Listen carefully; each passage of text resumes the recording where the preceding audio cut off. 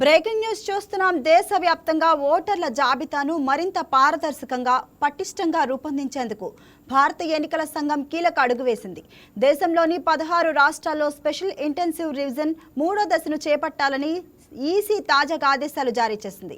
తెలంగాణ, ఆంధ్రప్రదేశ్, అరుణాచల్ ప్రదేశ్, హర్యానా, జార్ఖండ్, కర్ణాటక, మహారాష్ట్ర, మణిపూర్, మేఘాలయ, మిజోరం, నాగాలాండ్, ఒడిశా, పంజాబ్, సిక్కిం, త్రిపుర, ఉత్తరాఖండ్ రాష్ట్రాల్లో ఈ ప్రక్రియ కొనసాగనుంది.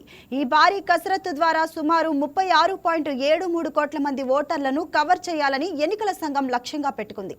అర్హులైన ప్రతి పౌరుడికి ఓటు హక్కు కల్పించడం, జాబితాల్లో ఉన్న తప్పులను తొలగించడం, డూప్లికేట్ ఓట్లను ఏరివేయడమే ఈ స్పెషల్ ఇంటెన్సివ్ రివిజన్ ప్రధాన లక్ష్యం.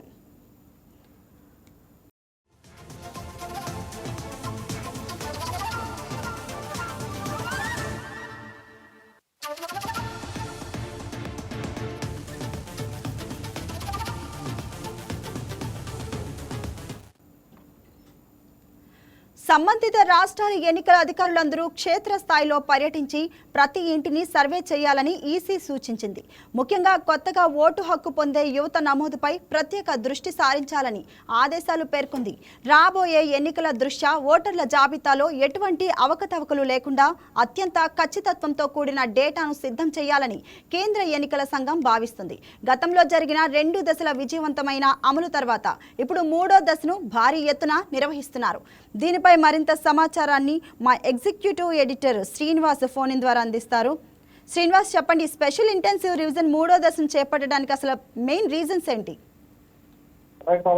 ఏదైతే స్పెషల్ ఇంటెన్సివ్ రివిజన్ ఆయా రాష్ట్రాల్లో ఓటర్లకు సంబంధించిన సమాచారాన్ని పూర్తిగా పరిశుద్ధ పారదర్శకంగా నిర్వహించాల్సి ఉంటుంది. ఎందుకంటే ముఖ్య ఉద్దేశం ఏంటంటే కనుక ఎవరైతే భారత సిటిజన్ అంటే భారతీయ పౌరుడై ఉండాలి, ఏదైతే కాన్స్టిట్యున్సీకి ఉంటున్నారో ఆ కాన్స్టిట్యున్సీకి చెందిన వాడై ఉండాలి, 18 ఏళ్ళు నిండిన వాడై ఉండాలి. ఇది ప్రధానంగా సరి యొక్క ప్రధాన ఉద్దేశం. ఎందుకంటే ఇంతకాలం కూడా చూస్తున్నాం మనకి ఈ అంటే ఒక నియోజకవర్గంలో తమ ఓటు హక్కును నమోదు చేసుకోకుండా 4-5 అంటే వాళ్ళు మైగ్రేషన్ అవుతూ వేరే వేరే ప్రాంతాలకు వలస వెళ్తున్నప్పుడు ఆయా నియోజకవర్గాల్లో కూడా ఓటు హక్కు రిజిస్టర్ చేసుకుంటున్నారు. అదొకటే కాదు, ప్రధానంగా సరి యొక్క ప్రధాన ఉద్దేశము భారతదేశ పౌరుడై ఉండాలి. కానీ మన దేశంలో కొన్ని ప్రాంతాలు ఏదైతే సరిహద్దు ప్రాంతాలు, దేశ సరిహద్దు ప్రాంతాలు ఉంటాయో, బంగ్లాదేశ్ కావచ్చు, ఇటు జమ్మూ కాశ్మీర్ కావచ్చు, ఇటు గుజరాత్ కావచ్చు, అదేవిధంగా ఈ కొన్ని ప్రాంతాల్లో నుంచి కూడా అక్రమంగా కొంతమంది చొరబాటుదారులు లోనికి రావడము, ఆ తర్వాత ఇక్కడ పౌరుడిగా చలామణి కావడము, తద్వారా పాలిటిక్స్ ని వాళ్ళు కూడా డిసైడ్ చేసే ఫ్యాక్టర్ గా, అంటే ఎన్నికల్లో ఒక డిసైడింగ్ ఫ్యాక్టర్ గా తయారైన పరిస్థితి కనిపిస్తుంది.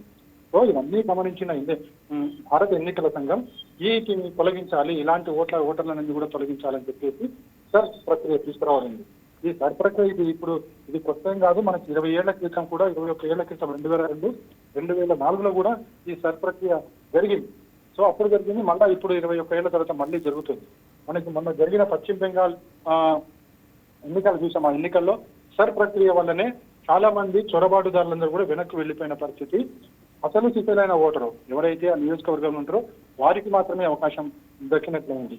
సో మొత్తంగా చూసుకుంటే కనుక ఈ సర్ ప్రక్రియను తెలంగాణ, ఆంధ్రప్రదేశ్తో పాటుగా మరో 16 రాష్ట్రాల్లో అమలు చేయాలని చెప్పేసి ఈసీ ప్రకటన చేయడం జరిగింది. అందులో 3 కేంద్ర పాలిత ప్రాంతాలు కూడా ఉన్నాయి. అయితే ఇందులో చూసుకుంటే కనుక ఏపీకి సంబంధించి జూలై 1 నుంచి సెప్టెంబర్ 31 వరకు కూడా ఓటర్ల ముసాయిదా జాబితా తయారు చేస్తారు. ఒక ప్రకటన వెలువడుతుంది. అంటే ఏపీలో సెప్టెంబర్ 22 తర్వాత ఓటర్ల జాబితా విడుదల కాబోతుంది. ఆ లోపు మనకి జూన్ 6 నుంచి 14 వరకు ఈ సర్ ప్రక్రియ మీద శిక్షణ కార్యక్రమాలు ఉంటాయి. అంటే ఎవరైతే ఈ సర్చ్ సంబంధించి నమోదు కార్యక్రమాలకు వెళ్తుంటారో వాళ్ళకి శిక్షణ ఇవ్వాల్సి ఉంటుంది. కాబట్టి ఆ శిక్షణ కార్యక్రమాలు అందులో ఉండబోతున్నాయి. అదేవిధంగా తెలంగాణకు సంబంధించి చూసుకుంటే కనుక జూలై 31 నుంచి సెప్టెంబర్ 28 వరకు కూడా ఓటర్ల ముసాయిదా జాబితా ప్రకటన ఉండబోతుంది. అక్టోబర్ 1న ఓటర్ల తుది జాబితా ప్రకటిస్తారు. ఈ లోపు తెలంగాణలో కూడా జూన్ 15 నుంచి 24 వరకు కూడా సర్ ప్రక్రియ శిక్షణ జరుగుతుంది.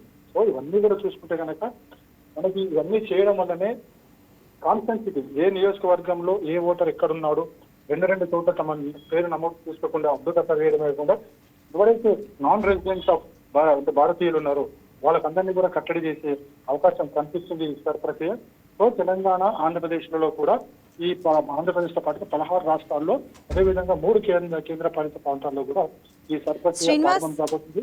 శ్రీనివాస్, అంటే ఇప్పుడు వలస కార్మికులు అండ్ తరచూ చిరునామా మారే ప్రజలు ఉంటారు, వాళ్ళ వివరాలు ఏ విధంగా ధృవీకరిస్తారంటారు? ఖచ్చితంగా వాళ్ళు ఎవరైతే ఆధార్ కార్డు నమోదు ఉంటుందో ఆధార్ కార్డు ఇక్కడ ఖచ్చితంగా ఆధార్ కార్డు ఖచ్చితంగా ఉండాల్సిందే. ఎందుకంటే ఈ వలస కార్మికుల విషయంలో ఒకటే కాదు, విదేశాల నుంచి వచ్చే ఎవరైతే ఉంటారో వాళ్ళ వల్ల కూడా ఇవన్నీ కూడా ఓటర్ వ్యవస్థని ఒక ప్రశ్నార్థకంగా మార్చిన పరిస్థితి కనిపిస్తుంది. అందుకోసమే వలస కార్మికులకు సంబంధించి చూసుకుంటే కనుక ఉదాహరణకు మనం హైదరాబాద్ లో చూసుకుంటే హైదరాబాద్ లో ఒక్క హైదరాబాద్లే కాదు, తెలంగాణ వాళ్ళు, తెలంగాణ రాష్ట్ర జిల్లాల్లో ఉన్న వాళ్ళు ఉన్నారు, ఆంధ్రప్రదేశ్ జిల్లాలో ఉన్న వాళ్ళు ఉన్నారు, అదే ఇతర రాష్ట్రాలలో ఉన్నారు. కానీ వీళ్ళంతా కూడా ఇక్కడ ఓటింగ్ జరుగుతున్నారు, ఇక్కడ ఓటింగ్ ప్రక్రియలో పాల్గొంటున్నారు. మళ్ళీ 2 నెలల తర్వాత వాళ్ళ ఏరియాలో ఓటింగ్ జరుగుతుంటే అక్కడికి వెళ్ళి అక్కడ ఓటింగ్ ప్రక్రియలో పాల్గొంటున్నారు. అంటే వీళ్ళు ఒక్క చోట నమోదు చేసుకోకుండా 4-5 చోట్ల నమోదు చేసుకోవడం వల్ల ఇది ఎన్నికలను ప్రభావితం చేస్తుంది. కాబట్టి ఎన్నికల సంఘం భావిస్తుంది ఏంటంటే ఖచ్చితంగా ఒక ఓటరు ఒక చోటనే తన నమోదు చేసుకోవాలి, తన పేరుని అదే కాన్స్టిట్యున్సీలో ఓటును వేయాల్సి ఉంటుంది. అదేవిధంగా విదేశీయుల నుంచి ఎవరైతే వస్తున్నారో వాళ్ళందరినీ కూడా కట్టడి చేయాల్సిన అవసరం ఉంది. కాబట్టి ఈ సర్ ప్రక్రియను తీసుకురాబడింది. సో మనకి ఏపీ, తెలంగాణతో సహా 16 రాష్ట్రాల్లో మూడో దశ ఈ సర్ ప్రక్రియ ప్రారంభం కాబోతుంది. ఎస్ సార్, అంటే ఆన్లైన్ ద్వారా ఓటర్ వివరాలు సవరణకు అవకాశం ఉందంటారా? ఇది ఆన్లైన్ ప్రక్రియ కాదు, ఫస్ట్ గా వీళ్ళంతా కూడా నేరుగా ఎవరైతే శిక్షణా కార్యక్రమాలు మనకి ఎట్లయితే మనకి ఈ జనగణన ఎట్లా జరుగుతుందో అదే తరహాలో వీళ్ళు కూడా ఈ క్షేత్రస్థాయిలో వచ్చి అధికారులందరూ కూడా పర్యవేక్షిస్తుంటారు. ఖచ్చితంగా ప్రతి ఓటర్కి సంబంధించిన ప్రక్రియ నమోదు చేయాలి. ముందుగా కొత్త ఓటర్ ఎవరైతే 18 సంవత్సరాలు నిండిన వాళ్ళు కొత్త వాళ్ళు ఎవరైతే వచ్చారో వాళ్ళకి సంబంధించి పూర్తి స్థాయిలో అక్కడ వెరిఫికేషన్ జరుగుతుంది. ఆ తర్వాతనే నమోదు ప్రక్రియ ప్రారంభమవుతుంది. అంటే ఈ నమోదు ప్రక్రియ అంతా అయిన తర్వాత మరి తుది జాబితాని వెబ్సైట్లో పెడతారు. ఆ వెబ్సైట్లో తమ పేరు రాకపోతే కనుక మళ్ళీ అబ్జెక్షన్ చేసి మళ్ళీ వెళ్లే అవకాశం ఉంది. అందుకు రీజన్స్ ఏవైతే ఎన్నికల సంఘం అడుగుతుందో భారత పౌరురాలై ఉండాలి, అదేవిధంగా ఏ కాన్స్టిట్యున్సీకి సంబంధించిన వారో అక్కడ ఒక చోటనే పేరు నమోదు చేసుకుని ఉండాలి, 18 ఏళ్లు దాటిన వాళ్ళై ఉండాలి. సో ఈ 3 ఉంటే కనుక ఖచ్చితంగా వాళ్ళ పేర్లన్నీ కూడా ఓటర్ లిస్ట్ లో నమోదు కాబోతుంది. Thank you Srinivas.